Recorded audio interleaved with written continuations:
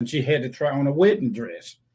But she was using blind sight, which means she couldn't see physically, but she was using blind sight to see the beauty of the dress that she had made and had on, and she could actually see it through feeling pictures, images in her head. So when you become skillful in this thing, and grace, it took you years oh yeah, to become skillful. I yeah. remember when it first started happening to you. I don't know why we're going in this direction, but it's okay. Just flow with it.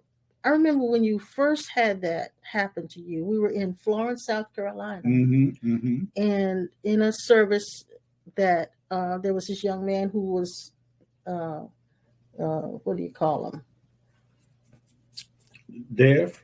He wasn't deaf, but anyway, you ministered to a couple, or a lady and her brother, and you actually heard the word magnolia. Oh, yeah. You know what I mean? Church. Yes, you remember what I'm talking about. So it happened there first, and you were orchid. It was an orchid flower. Yes, that's right. And I smelled it. Yeah, and that kind of shook you. Yeah. Because we, like others, had believed for years that to see into that world and see someone who had exited their bodies was wrong. I saw Laverne's husband's mother by name on the other side, and that I just don't never know when that's going to happen. Right. But my point in saying that was that you had to go through first accepting that was a gift that you have. Yeah. And a lot of people didn't go along with it in our circles, but you had to go through that, and you had to learn the symbols and how to interpret what you were seeing, and you have mastered that over the years.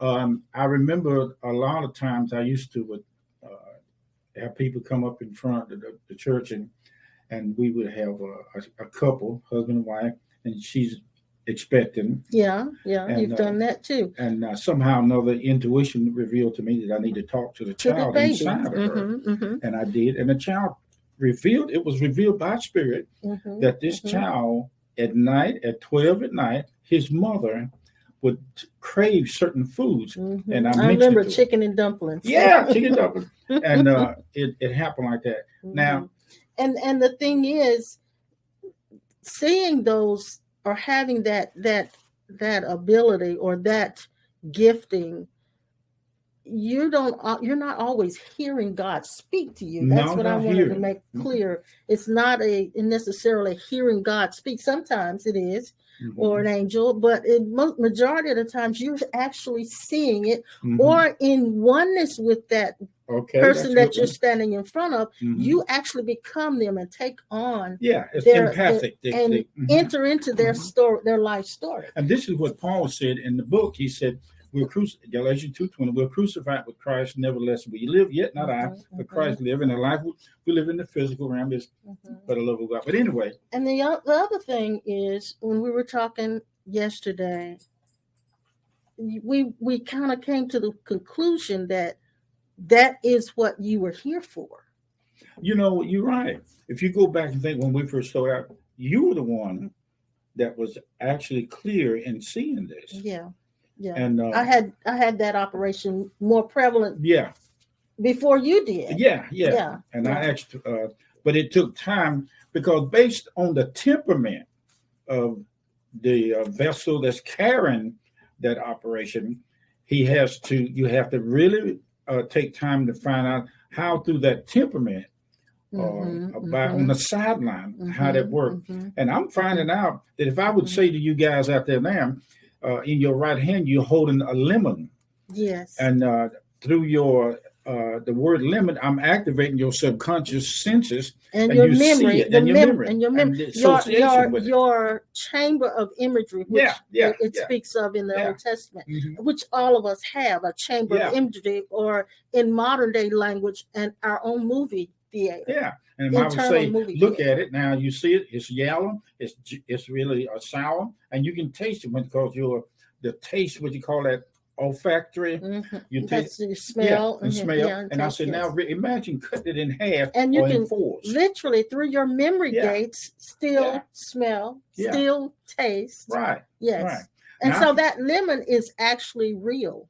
and just then, while we're talking here, I just saw somebody go to a service station or a tire place, and they need some air in the tire, or they need to change their tire. Now, I could say generally that about everybody, but you can see it when you say it. And the thing is, not only are we seeing it and we're using our imagination to see it, but it actually exists in a It does. dimension. When you say when that, it we does. see it Yeah, and you say create. that, we created it Yeah. in another dimension. Mm-hmm. And I think that's how a lot of us create things by default and don't realize what we're creating, because we're imaging things that we don't want to happen. That's right. There is in the dimension inside of us that is related to the innerverse and the outerverse, which is a dimension where everything that you've ever created with your mind still exists in the energy of it in that dimension.